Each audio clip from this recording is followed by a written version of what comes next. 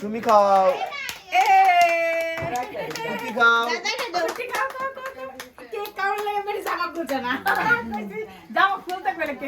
দাদা এটা কেক এটা ক্লিন হয়ে যাবা এটা কেক কেটে আই করলাম